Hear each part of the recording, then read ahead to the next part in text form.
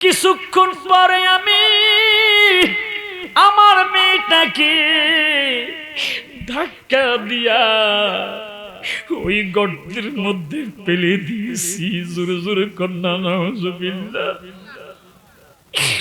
ইয়া রাসূলুল্লাহ, ইয়া হাবিবাল্লাহ, গর্তের মাঝে আমি যখন বালি দিচ্ছি, পাথরে দিতেছি, মেয়েটা আমাকে ডেকে বলতেছে, আব্বা আপনি আমাকে কেন মারতেছেন? হুজুর আমি মুখে কোনো কথা নাই, জাহেলিয়াতের কালচার নিয়ম আমি পালন করতেছি। আমার মেয়েটাকে আমি ডাকতে ডাকতে যখন মুখ পর্যন্ত এসে গেছে, মেয়েটা আমাকে ডেকে বলে, আব্বা আমাকে আপনি ছেড়ে দেন, প্রয়োজনে আমি মানুষের বাড়িতে গিয়ে কাজ করব, তবু আমি আপনার বাড়িতে যাব না। জোরে কন্যা আল্লাহু আকবার। ইয়া রাসূলুল্লাহ, নবী গো, আল্লাহ কি আমার এই গুনাহ মাফ করিবে? আমার দয়াল নবী, মায়ার নবী ডেকে বলি, সাহাবী যখন তুমি পড়েছো লা ইলাহা ইল্লাল্লাহু মুহাম্মাদুর রাসূলুল্লাহ সাল্লাল্লাহু আলাইহি ওয়াসাল্লাম, আল্লাহ সাথে সাথে তোমার সব গুনাহগুলো মাফ করে দিয়েছে। আর জোরে জোরে কন্যা সুবহানাল্লাহ। ওই কবরে আমরা সবাই যেতে হবে। নবীর সাহাবী উসমান জিন্নুরাইন তিনি একদিন কবরের পাশ দিয়ে সাহাবীদেরকে নিয়ে যেতেছে, হঠাৎ করে কবর দেখে তিনি দাঁড়িয়ে গেছে। দাঁড়াইয়া ইদা ওয়াকাফা আলা কবরিম বাকা হাত্তা ইয়াবুল্লা লিহিয়াতুহু, কবর দেখে তিনি হাউমাউ করে কাঁদতে শুরু করেছে। আরেকটু জোরে কন্যা আল্লাহু আকবার। আমার মা মরে গেছে, মা মৃত্যুর আগে কবরকে, মৃত্যুকে অনেক ভয় পাইতো। আমরা ভয় পাই কি পাই না? জোরে কোন পাই কি পাই না? মায়ামার জানুয়ারি মাসের 21 তারিখ, 2021 তারিখ, জানুয়ারি মাসের 2 তারিখ দুপুর 12টা 30 মিনিটের আগে হঠাৎ করে শ্বাস বেড়ে গেছে। এর ওই মাঝে মা আমাকে ডাকতেছে, বাবা সাইফুল। মাগো কেন ডাকেন? আমার শ্বাস বেড়ে গেছে, আমি বুঝে ফেলেছি এটা মৃত্যুর শ্বাস। জোরে কোন আল্লাহু আকবার। বন্ধুরে আমার, বড় ভয়াবহ এই মৃত্যু। আমি সাইফুল ইসলামের হেলালির হবে, আপনাদের হবে, বিশ্বাস আছে না নাই? কথা কোন আছে না নাই? আল্লাহ কয় খুলিকাল ইনসানু দুইফা, আমি মানুষকে অতি নরম করে সৃষ্টি করেছি। আপনাদের মাঝে কেউ কি আছেন না আমাকে লোহা দিয়ে বানাইছে? কি আছেন? আছেন? স্টিল দিয়ে বানাইছে? না না না, চাপ দিয়ে দেখেন, আহা অতি নরম করে বানাইছে। ইন্না খলাকনাল ইনসানা মিন নুতফাতিন আমশাজ, মা বাবার মিলনের মাঝখানে 2 ফোঁটা পানি থেকে আল্লাহ সৃষ্টি করেছে। জোরে জোরে কন্যা আল্লাহু আকবার। আর জোরে জোরে কন্যা আল্লাহু আকবার। আমার বন্ধুরে নবীর সাহাবী হযরত উসমান জিন্নুরাইন তিনি কবরের পাশ দিয়ে যাচ্ছে, তিনি কাঁদতেছে। সাহাবায়ে কেরাম প্রশ্ন করলো, ফাকিলা লাহু তাযকুরুল জান্নাতা ওয়ান নারা ফালা তাবকি ওয়া তাবকি মিন হাদা। ও আল্লাহর নবীর সাহাবী হযরত উসমান, আপনি কেন কবর দেখে কাঁদেন? আপনি জান্নাতের কথা শুনলে কাঁদেন না, জাহান্নামের ওয়াজ শুনলে আপনি কাঁদেন না। ওয়াতাবকি মিন হাদা, এই কবর দেখলে আপনি কেন কাঁদেন? সাহাবী ডেকে বলে, রে আল্লাহর নবীর সাহাবীরা, আমার ভাইয়েরা তোমরা শোনো, এই কবর দেখলে আমি কেন কাঁদি রে? কারণ এই কবর এত ভয়ঙ্কর। আজকে যদি আপনি মারা যান, কালকে 10টা 11টা কিংবা জোহরের নামাজের পরে ইমাম সাহেব হুজুর আপনার জানাজার নামাজের ইমামতি করবে। কথা কোন ঠিক না বেঠিক? এর ওই মাঝে আপনাকে দাফন করার পূর্বে আপনার জন্য কেউ যাবে বাজারের মধ্যে কাফনের কাপড় কিনতে। কেউ যাবে বাঁশ কাটতে, কেউ যাবে আপনার জন্য 3.5 হাত একটা ঘর করতে। যেই ঘরের ডানে মাটি, বামে মাটি, নিচেও মাটির বিছানা। জোরে জোরে কোন ঠিক না বেঠি? শীত লাগে, চাদর মোড়া দিয়েছি, এরপরও ঠান্ডা লাগে, অনেকে সহ্য। এত সুস্বাদু ফল রেখে দিয়েছে, জান্নাতের মাঝে এমন একটা শরবত আপনার জন্য আমার আল্লাহ রেখেছে। বিসমিল্লাহির রহমানির রহিম।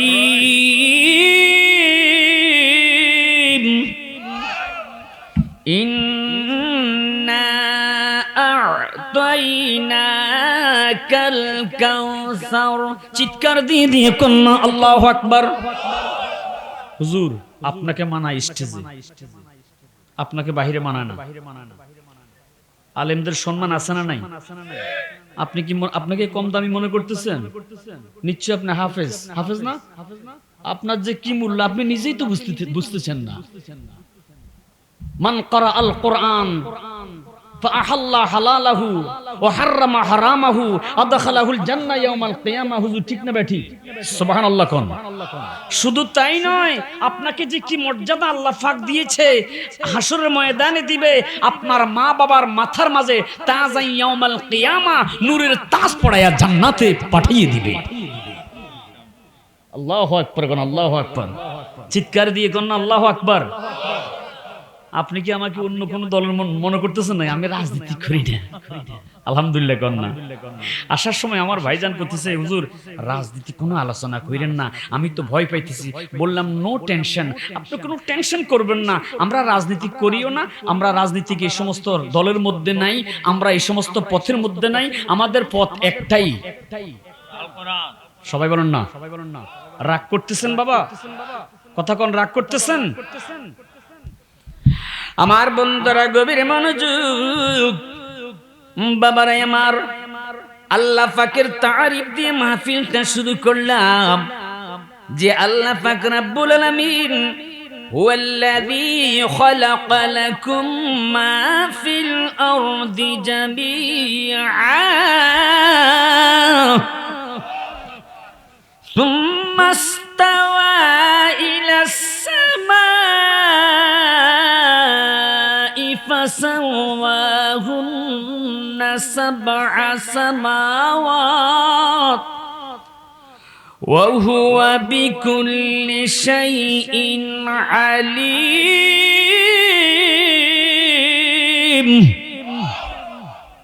আল্লাহ পাকের কি যে ক্ষমতা! আকাশের দিকে তাকিয়ে দেখেন, বিশাল বড় সামিয়ানা আল্লাহ ঝুলিয়ে রেখেছে। এটার উপর কিন্তু আরেকটা আকাশ আছে, ওই আকাশের উপর আরেকটা আকাশ আছে, ওই আকাশের উপর আরেকটা আকাশ আছে, ওই আকাশের উপর আরেকটা।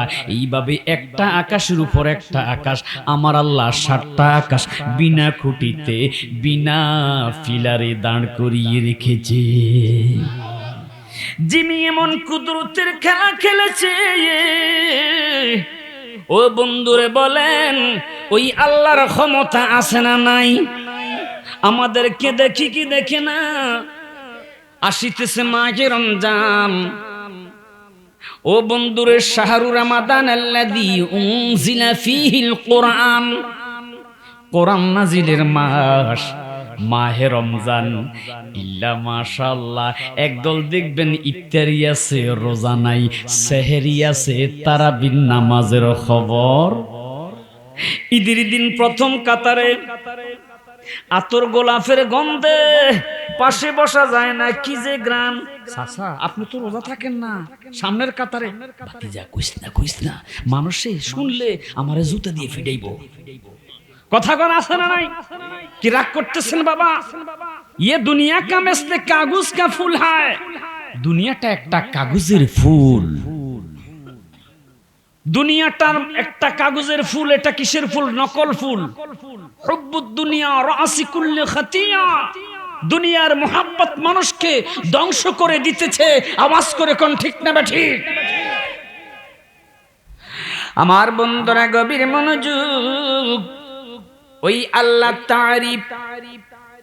বন্ধুরা আমার, যদি প্রশ্ন করেন আল্লাহ, সকলে আওয়াজ করে কন্যা আল্লাহ তুমি কোথায়?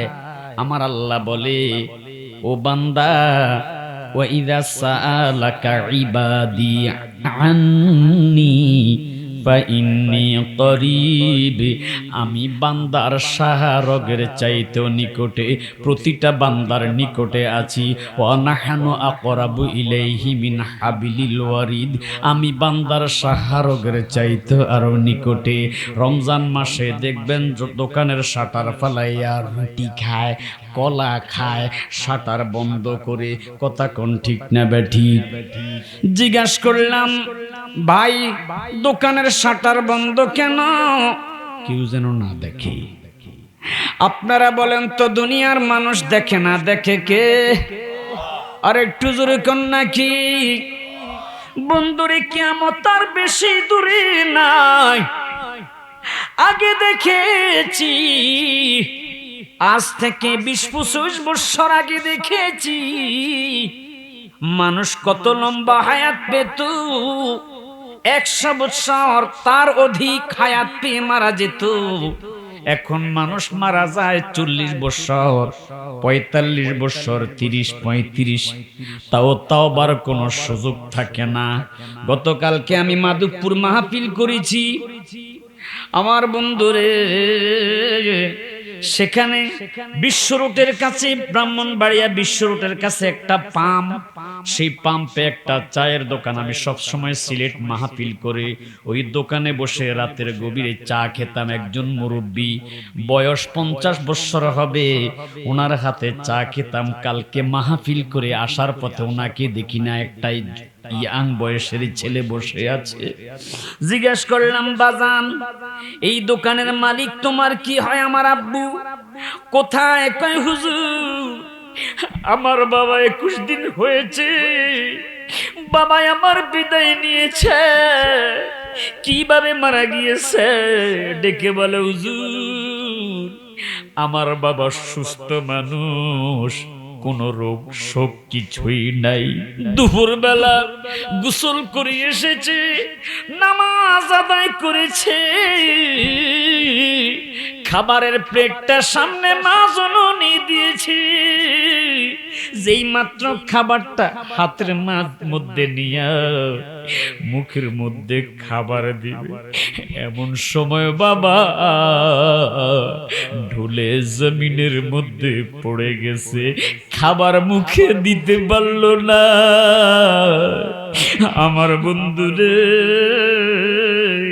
যেই খাবারের কোনো গ্যারান্টি নাই, যেই হায়াতের কোনো নিশ্চয়তা নাই, ও বন্ধুরে, যেই দুনিয়াতে থাকার কোনো সিস্টেম নাই, নিয়ম নাই, এই দুনিয়া থেকে যাওয়ার সময় নামাজ, রোজা, হজ, যাকাত নিয়ে দরকার আছে না নাই?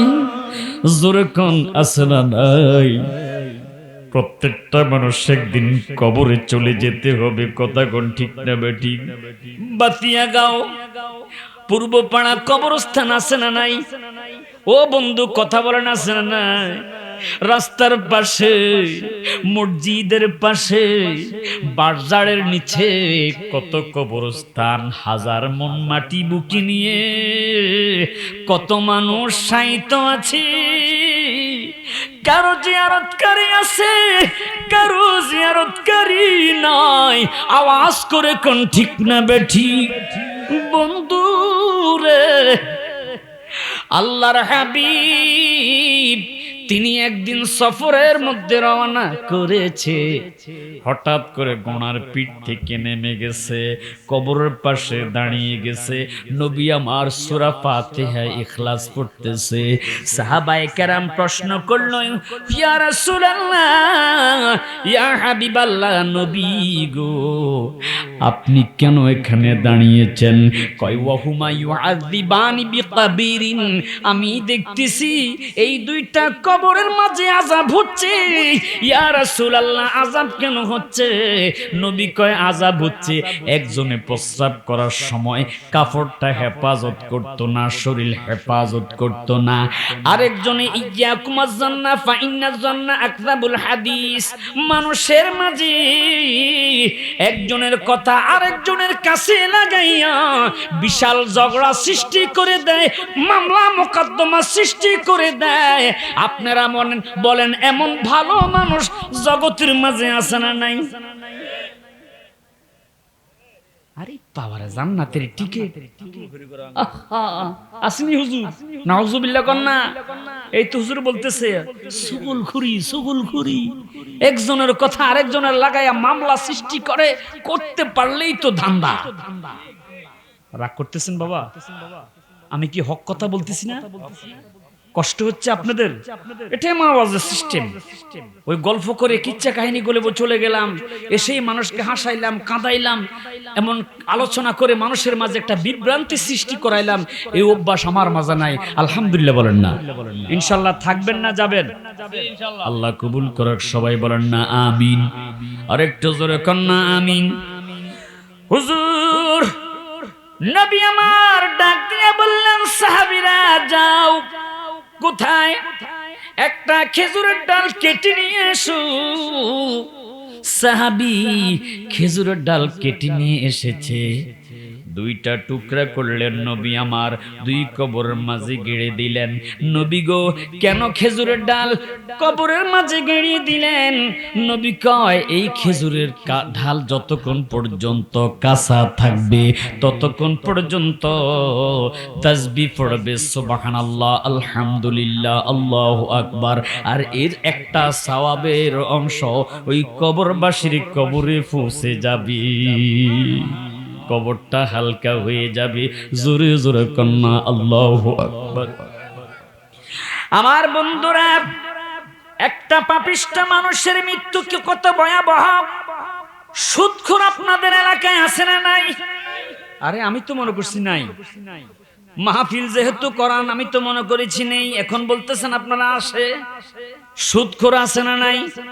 ঘুষখোর, আহা, জেনা ব্যভিচারকারী, মানুষের সম্পদ দখল করে খায় আছে না নাই? দেখেন তাদের মৃত্যুটা কত ভয়াবহ। এখন তো অনেকের কাছে ভালো লাগবে না বন্ধুরে। আল্লাহর রাসূল বলতেছে, আগে হাদিসের কথাগুলি বলি। আল্লাহর নবী বলেন, নাজালা ইলাইহি মিনাস সামাইল মালাইকাতু সুদুল উজুহ, আকাশ থেকে একদল ফেরেশতা আসবে যাদের চেহারা থাকবে কালো, কুৎসি, মাআহুমুল মুসুহ, তাদের সাথে থাকবে শক্ত দুর্গন্ধময় চট। নবী গো, চট কেন থাকবে? আমার নবী কয়, সুদখোর, ঘুষখোর, জেনা ব্যভিচারকারী, পরের হক দখলকারীর রূহটা কবজ করার পর ওই দুর্গন্ধময় চটের মধ্যে পেছাইয়া আকাশের দিকে নিয়ে যাবে। জোরে জোরে কন্যা নাউজুবিল্লাহ। এ বন্ধুরে আমার, কত ভয়াবহ ওই মৃত্যু! নবী কয়, সুম্মা ইয়াজিউ মালাকুল মাউত, এরপর মালাকুল মাউত আসবে, হাত্তা ইয়াজলিসা ইনদা রাসিহি, ওই পাপিষ্ঠ লোকের মাথার কাছে আজরাইল বসে এত জোরে ধমক দিবে। ফায়াকুলু, এ পাপিষ্ঠ আত্মা, আইয়াতুহান নাফসুল খাবিসাতু খুরুজি ইলা সাখাতি মিনাল্লাহ, তুমি দেহ থেকে বের হও, দেহ থেকে বের হও। আল্লাহ তোমার উপর অসন্তুষ্ট হয়ে গেছে, আল্লাহ তোমার উপর বেজার, তুমি জাহান্নামী। কিন্তু ওই পাপিষ্টের দেহের ভিতরে ওই রূহটা একবার উপরে উঠবে, একবার নিচে নামবে, একবার উপরে উঠবে, একবার নিচে নামবে, বের হতে চাইবে না। এরপর মালাকুল মউত আজরাইল তাকে এমন ভাবে পাকড়াও করবে রে, এত জোরে ধরে তার রুহটা টান দিবে, জোরে কন্যা আল্লাহু আকবার। রগগুলো ঠাস ঠাস করে ছিঁড়ে যাবে, অনেকের দেখবেন চোখ উল্টে যাবে, অনেক মানুষ পায়খানা প্রস্রাব পর্যন্ত মৃত্যুর সময় করে দেয়। কথা কোন ঠিক না ঠিক? জোরে জোরে কন্যা আল্লাহু আকবার, আর জোরে জোরে কন্যা আল্লাহু আকবার। এ বন্ধুরি, ওই মৃত্যুর কথা মনে করে নবীর একজন সাহাবী, যিনি তার জিন্দেগিতে 100টা কন্যা সন্তানকে জীবন্ত জাহিলিয়াতের যুগে দাফন করেছিল। জোরে কন্যা নাউজুবিল্লাহ। কবরের কথা মনে পড়ে গেছে। আমি যেহেতু কাফের, কিন্তু আল্লাহর হাবিব তিনি যে পরজগতের শাস্তির কথা বলতেছে, আমার ভিতর ভয় ঢুকে গেছে। আমি মুসলমান হয়ে যাব, এই কোরআনকে আমার বুকের মধ্যে আমি ধারণ করে নিব। আল্লাহ পাক ডাক দিয়ে বললাম, হাবিব গো, আগামী কালকে আপনার কাছে এমন একজন লোক ইসলাম গ্রহণ করার জন্য আসবে। আল্লাহর নবী অপেক্ষা করতেছি। চলে আসলো দাহিয়াতুল কালবি। হুজুর, আপনি আমাকে কালিমা পড়িয়ে মুসলমান করে দেন। পড়ো লা ইলাহা মুহাম্মাদুর রাসূলুল্লাহ। মুহাব্বতে লা ইলাহা ইল্লাল্লাহু মুহাম্মাদুর রাসূলুল্লাহ সাল্লাল্লাহু আলাইহি ওয়াসাল্লাম। জোরে জোরে কন্যা আল্লাহু আকবার। নবী আমার কালিমা পড়াইয়া দিলেন। হুজুর, নবী গো, কালিমা পড়েছি, আমি মুসলমান হয়ে গেছি। আল্লাহ কি আমার গুনাহ মাফ করে দিয়েছে? হ, আল্লাহ তোমার সব গুনাহ মাফ করে দিয়েছে। নবী গো, আমার মনে হয় আল্লাহ আমার সব গুনাহ মাফ করলেও একটা গুনাহ মাফ করে নাই গো নবী। নবী আমার ডেকে বলল, তোমার কি এমন গুনাহ আল্লাহ তোমার সেই গুনাহটা মাফ করে নাই? সাহাবী ডেকে বলল, হুজুর, জাহিলি যুগে আমি নিজ হাতে 99টা কন্যা সন্তানকে জীবন্ত দাফন করেছি। নাউজুবিল্লাহ কোন, আর জোরে জোরে কন্যা নাউজুবিল্লাহ। হুজুর, সর্বশেষ আমার স্ত্রীর গর্ভের মধ্যে সন্তান এসেছে, স্ত্রী হামেলা হয়েছে। আমি ডেকে বললাম, আমি এখন সিরিয়ায় ব্যবসা করতে যাব। ওই স্ত্রী, তোমার গর্ভের মাঝে যে সন্তান এসেছে, যদি ছেলে হয় রেখে দিও, আর যদি মেয়ে হয় তারে তুমি গলা টিপ দিয়া মেরে ফেলবা। জোরে কন্যা নাউজুবিল্লাহ। প্রস্তাবটা ভালো না খারাপ? জোরে কোন, ভালো না খারাপ? চলে গেল ব্যবসার উদ্দেশ্যে। ব্যবসা করে যখন এসেছি, ইয়া রাসূলুল্লাহ, নবী গো, একটা সুন্দর ফুটফুটে 6 কিংবা 7 বছরের মেয়ে আমাকে আব্বা আব্বা বলে জড়াইয়া ধরছে। হুজুর, ওই ছোট্ট মেয়েটা আমার কপালের ঘাম মুছে দিচ্ছে। আব্বা, এত কষ্ট করে আপনি ব্যবসা করে এসেছেন। স্ত্রীকে রাগ করে বললাম, এই স্ত্রী, এই মেয়েটাকে। স্ত্রী ভয়ে ভয়ে কেঁপে কেঁপে বলতেছি, স্বামী গো আমার, রেখে যাওয়া গর্ভের সন্তান, আপনার নিজের উরুসজার সন্তান, কয় তোমার এত বড় সাহস আমি না বলে গিয়েছি কন্যা হলে তাকে গলা চাপ দিয়ে মেরে ফেলবা, মারুনি কেন? কয় মারতে পারিনি, তার চেহারার দিকে তাকাইয়া আমার মায়া হয়ে গেছে। আর জোরে কন্যা সুবহানাল্লাহ। হুজুর, নবী গো নবী, আমি কৌশল করতেছি এই মেয়েটাকে আমি কবে মারবো। স্ত্রীকে বললাম তাকে সুন্দর করে নতুন পোশাক পরাইয়া সাজিয়ে দাও, তাকে নিয়ে দাওয়াত খেতে যাব। স্ত্রী সত্য মনে করে আমার সাথে তাকে নতুন পোশাক পরাইয়া সাজগোজ করে আমার সাথে পাঠিয়ে দিল। ইয়া রাসূলুল্লাহ, ইয়া হাবিবাল্লাহ, আমি কত নিষ্ঠুর, আমি কত খারাপ। নবী গো, আমি মরুভূমির রাস্তা দিয়ে চলতেছি, যেতে যেতে যেতে যেতে কিছু দূর যাওয়ার পর আমার মেয়েটা আমাকে জড়াইয়া ধরে বলে, আব্বা সফর করে এসেছেন, আপনি কি দরকার ছিল আমাকে এত কষ্ট করে দাওয়াতে আনার জন্য? আব্বা চলেন বাড়িতে চলেন। ইয়া রাসূলুল্লাহ, নবী গো, আমি এত নিষ্ঠুর, আমার মেয়েটাকে আমি আস্তে করে কৌশলে মরুভূমির মাঝখানে নিয়ে গেছি। নেওয়ার পরে গর্ত করতেছি, মেয়েটা বলে, আব্বা আপনি না বলেছেন দাওয়াত খেতে যাবেন, কি দরকার এত কষ্ট করে আপনি গর্ত করতেছেন? গর্ত যখন করতেছি আমার কপাল দিয়ে টপ টপ করে পানির ফোঁটা ঘাম পড়তেছে, মেয়েটা আমার জামা দিয়ে গাম মুছে দিচ্ছে গো আব্বা। হুজুর, নবী গো, কিছুক্ষণ পরে আমি আমার মেয়েটাকে ধাক্কা দিয়া ওই গর্তের মধ্যে ফেলে দিয়েছি। জোরে জোরে কন্যা নাউজুবিল্লাহ। ইয়া রাসূলুল্লাহ, ইয়া হাবিবাল্লাহ, গর্তের মাঝে আমি যখন বালি দিচ্ছি, পাথরে দিতেছি, মেয়েটা আমাকে ডেকে বলতেছে, আব্বা আপনি আমাকে কেন মারতেছেন?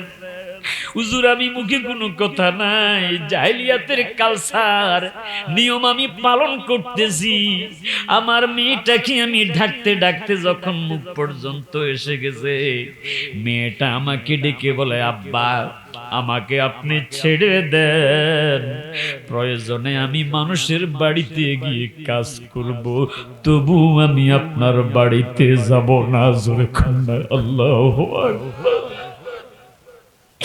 ইয়া রাসূলুল্লাহ, নবী গো, আল্লাহ কি আমার এই গুনাহ মাফ করিবে?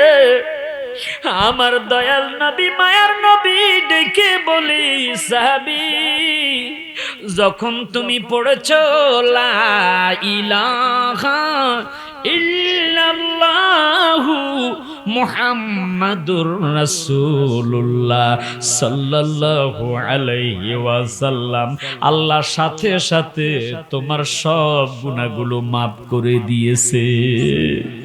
আর জোরে জোরে কন্যা সুবহানাল্লাহ। ওই কবরে আমরা সবাই যেতে হবে। নবীর সাহাবী উসমান জিন্নুরাইন, তিনি একদিন কবরের পাশ দিয়ে সাহাবীদেরকে নিয়ে যেতেছে, হঠাৎ করে কবর দেখে তিনি দাঁড়িয়ে গেছে। দাঁড়াইয়া ইদা ওয়াকাফা আলা কবরিম বাকা হাত্তা ইয়াবুল্লা লিহিয়াতুহু, কবর দেখে তিনি হাউমাউ করে কাঁদতে শুরু করেছে।